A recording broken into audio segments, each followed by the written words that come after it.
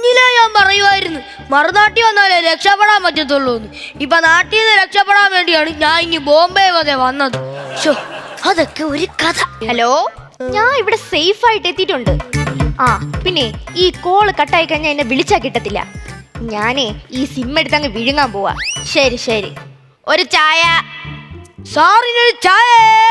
ഇത്തിരി പെട്ടെന്ന് വേണേ, തിരക്കുണ്ട്. അയ്യോ അച്ഛൻ, എന്റെ അച്ഛല്ല അമ്മായി അച്ഛൻ, ഞാൻ നേരത്തെ എന്തിനു പറയുന്നെല്ലാം പൊളിയോ എന്റെ ദൈവം. ഇതുവരെ ചായ റെഡി ആയില്ലേ? അയ്യോ, ഐഡിയ ഐഡിയ ഐഡിയ. ചായ പിടിക്കട്ടെ.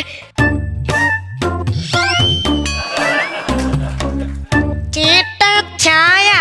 താന്നിനാടോ മുഖം മറച്ചിരിക്കുന്നേ? ഞാൻ എന്നെ പെണ്ണ് കാണാൻ വന്നൊന്നുമല്ലല്ലോ. ചായ കുടിച്ചിട്ട് പോവാൻ നോക്കി, ഇവിടെ ഗുണ്ടയുണ്ട്. ആ എങ്കി ഒരുപാട് മൊരിയാത്ത നോക്കി ഒരെണ്ണം ഇങ്ങ് എടുക്ക്. എന്താന്ന്? ബോണ്ട. എടോ ബോണ്ടയല്ലെന്ന്, ദാതയുണ്ട്. പിന്നെ ഈ സ്ഥലം അത്ര ശരിയല്ല. അതിനാ സ്ഥലം വാങ്ങാൻ വന്നല്ല. കുറച്ചു നേരം കഴിഞ്ഞു കഴിഞ്ഞാ ഇവിടെ ഹാജി മത്താൻ വരും. പുള്ളി വന്നു കഴിഞ്ഞാ പിന്നെ ചോര പുഴ ഒഴുകും. എന്റെ ദൈവമേ, നാട്ടിൽ നിന്ന് ഇത്തിരി രക്ഷപ്പെടാനാണ് ഇങ്ങോട്ട് വന്ന. അപ്പൊ ഇവിടെയും കുറെ ഗുണ്ടയുണ്ടേക്കെ. ഞാൻ പോണേ. അയ്യോ ഭാഗ്യം. ആ വിചാരിച്ചിന്നെല്ലാം പൊളി വന്നു. ആ വന്നിട്ട് പോയത് ആരെന്നറിയാമോ? എന്റെ ഒരേ ഒരു അമ്മായിയപ്പൻ തന്റെ മോളെ ഒന്നെങ്കിൽ ഒരു ബിസിനസ്സുകാരന് അല്ലെങ്കിൽ ഒരു സർക്കാർ ഉദ്യോഗസ്ഥനെ കെട്ടിച്ചു കൊടുക്കുള്ളൂ എന്ന് പറഞ്ഞ ആളാണ്.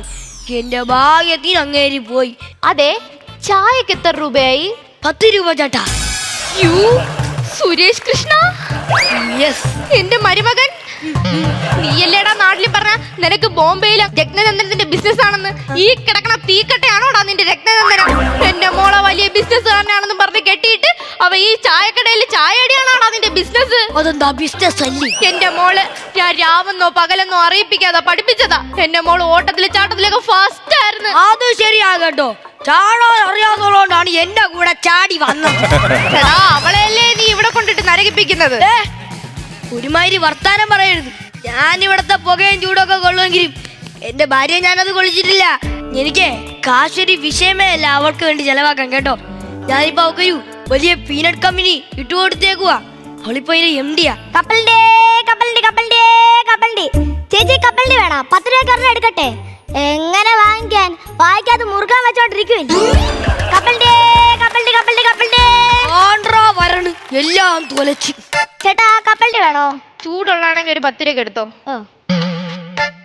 ചേട്ടാ മകളെ പാതിമലരേ, നീ മനസ്സിലെന്നെ അറിയുന്നു.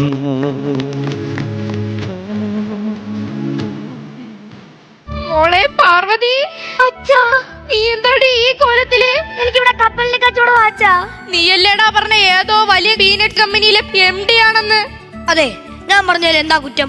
പീനട്സ് എന്ന് വെച്ചാൽ എന്തോന്നാ? കപ്പലണ്ടി. അതല്ലോ, അവള് ഇപ്പൊ എന്തുവാ ഇരിക്കുന്നത്? കപ്പലണ്ടി. അപ്പൊ പിന്നെ അവള് കപ്പലണ്ടിയുടെ ഓണർ അല്ലേ? അവള് പീനട്സ് കമ്പനിയുടെ ഓണർ അല്ലേ അവള്?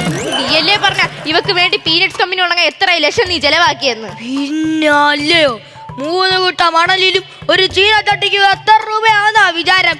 എന്നെ കൊണ്ട് ഒറ്റയ്ക്ക് കൂട്ടിയാ കൂടുവോ അത്? ഞാൻ എന്തോ കഷ്ടപ്പെട്ട് അതൊന്ന് സെറ്റാക്കി കൊടുത്തു. എന്നാലും എന്റെ കൊച്ചിന്റെ ഒരു അവസ്ഥ. എന്റെ പൊന്നച്ഛ, അച്ഛൻ ഇപ്പൊ എന്തേലും പറയാനുണ്ടോ? അച്ഛൻ ഇപ്പൊ എന്തേലും പറയാനുണ്ടോന്നാ ഞാൻ ചോദിച്ചേ. നിന്നെ ഞാൻ എത്ര കഷ്ടപ്പെട്ട് വളർത്തിയാടി. എന്ത് കണ്ടിട്ടാടി നീ ഇവന്റോട് ഇറങ്ങി വന്നത്? ചേട്ടന്റെ ചായടി. ആക്ടർ വിജയ് വരെ ചേട്ടന്റെ ചായ കുടിക്കാൻ ഇവിടെ വന്നിട്ടുണ്ട്. അതിനുശേഷം ഒരിക്കൽ അങ്ങനെ ഇപ്പൊ അഭിനയം നിർത്തിയിട്ട് ഇപ്പൊ രാഷ്ട്രീയത്തിലോട്ട് ഇറങ്ങിയത്. എന്റെ മോളെ, എനിക്ക് നിന്നെ ഇങ്ങനെ ഒരു അവസ്ഥ എനിക്ക് കാണേണ്ടി വന്നല്ലോ. ഇതൊന്നും അല്ലെന്നേ. ഉച്ച സമയത്തൊക്കെ ബീച്ചിൽ ചെല്ലണം. ഇവൾ ഉച്ചയിൽ വെയിലടിച്ച് എന്തോ ഇരുപ്പായിരിക്കുന്നത്. നിനക്കൊരു നല്ല തുണിയെങ്കിലും വാങ്ങിച്ചിട്ടൂടെ മോളെ? ഓ പിന്നെ കപ്പലണ്ടി കച്ചവടക്കാരി ഇപ്പം പട്ടുതാരി എടുത്തോണ്ട് കപ്പലണ്ടി കപ്പലണ്ടി കപ്പലണ്ടി കപ്പലണ്ടി എന്ന് പറഞ്ഞോണ്ട് നടക്കാം. അങ്ങനെ നടന്ന ആരേലും മേടിക്കു വച്ചാ? അല്ല, അച്ഛൻ എന്തിനാ ഇപ്പൊ ഇങ്ങോട്ട് വന്നത്? ഞാൻ എന്റെ ബിസിനസ് ടൂറിന്റെ കാര്യത്തിനായിട്ട് ഇങ്ങോട്ട് വന്നതാ. അച്ഛന്റെ പൊന്നച്ഛ, ഞങ്ങൾ അറിഞ്ഞു അച്ഛന്റെ ചിട്ടി കമ്പനി പൊട്ടി. നാട്ടുകാരെല്ലാരും കൂടെ അച്ഛനെ മേഞ്ഞപ്പം അച്ഛൻ അമ്മയെ വീട്ടിൽ കൊണ്ടാക്കി ഇങ്ങോട്ട് വന്ന കാര്യമൊക്കെ ഞങ്ങൾ അറിഞ്ഞു കേട്ടോ. നമ്മള് നേരെ വഴി കൂടെ ഉണ്ടാക്കുന്ന കാശേ നമ്മുടെ കയ്യിൽ നിൽക്കത്തുള്ളൂ. അല്ലാതെ ഏത് വഴി കൂടെ നമുക്ക് കാശ് കിട്ടിയാലും അത് നമ്മുടെ കയ്യിൽ നിൽക്കത്തില്ല അച്ഛാ. ഇനി എന്താണോ അച്ഛന്റെ ഫ്യൂച്ചർ പ്ലാൻ? ഇനി എന്തായാലും നാട്ടിലോട്ട് പോകാൻ പറ്റത്തില്ല. എന്നാ പിന്നെ അച്ഛൻ ഒരു കാര്യം ചെയ്യും. ഇത്രയും നാളക്കോട്ട് കാര്യങ്ങളൊക്കെ നോക്കി നടത്തിയല്ലേ നമ്മളെ കടയിൽ ക്യാഷ്യർ ആയിട്ടിരുന്നോ? വേണ്ട മക്കളെ, ഇത്രയും നാള് കാശുണ്ടായിട്ട് തന്നെ അച്ഛനെതിരി മനസമാധാനം ഇല്ലാത്ത ഒരു ഓട്ടമായിരുന്നു. ഇനിയെങ്കിലും എനിക്ക് ഇത്തിരി മനസമാധാനമായിട്ട് കിടന്ന് ഉറങ്ങണം. നീയല്ലേ ഈ കടയിലെ ബിസിനസ് ഒക്കെ നോക്കുന്നത്, നീ തന്നെ അങ്ങ് ചെയ്തോ ക്യാഷർ. അപ്പൊ അച്ഛൻ എന്ത് ചെയ്യും? ഞാൻ ഇവിടെ ജോലി ചെയ്ത് ആ സമ്പാദ്യത്തിൽ ഉണ്ട് ഞാൻ ഇവിടെ ജീവിച്ചോളാം.